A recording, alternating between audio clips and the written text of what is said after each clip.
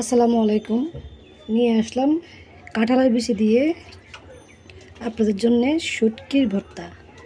আমি এখানে কয়েকটা কাঁঠালের বিচি নিয়েছি, মানুষ কম তাই এটাকে আমি পানিতে ডুবিয়ে দিলাম এবার সিদ্ধ হওয়ার জন্য। কাঁঠালের বিচিটা সিদ্ধ হতে হতে আমি এখানে ছোট চিংড়ি মাছ আছে যে ওগুলো শুটকি টেলে নিচ্ছি। এখানে কিছু ময়লা আছে, এগুলো ফেলে দিতে হবে কিন্তু খেয়াল করে।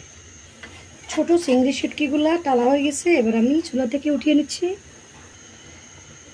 এবার একই তাওয়ায় শুকনো লাল মরিচ একটু টেলে নিব, উঠিয়ে নিচ্ছি। মরিচগুলো হয়ে গেছে, দেখুন কাঁঠালের বিচিগুলো সিদ্ধ হয়ে গেছে। চলুন ভর্তাটা বানিয়ে নেব। প্রথমে আমি মরিচগুলোকে গুঁড়ি করে নিব, তারপরে শুটকিগুলো গুঁড়ি করে নিব। কাঁঠালের বিচিগুলোকে এভাবে ভেঙে নিব, আগে এভাবে পিষে নিব। এভাবে পেঁয়াজ দিয়ে দিব, পেঁয়াজও পিষে নিতে হবে। পেঁয়াজটা বেশি পিষা লাগবে না, একটু আড়া পিষা দিলে হবে।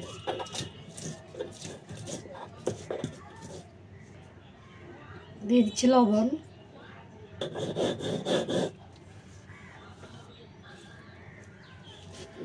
এভাবে একসাথে সবকিছু মিক্স করে নিচ্ছি। সরষের তেল, অবশ্যই সরষের তেল দিবেন। এবার সরষের তেল দিয়ে ভালো করে এখন মেখে নিচ্ছি। দেখুন তাহলে ভর্তা নিয়ে আসলাম কাঁঠালের বিচির, অল্প কিছু শুটকি এবং কাঁঠালের বিচির ভর্তা নিয়ে আসলাম বানিয়ে। একেবারে সহজভাবে বানাতে, কিন্তু একটু কষ্ট হলেও খেতে মজা। তো আজকের রেসিপিটা একেবারে সহজভাবে শেয়ার করলাম আপনাদের সাথে।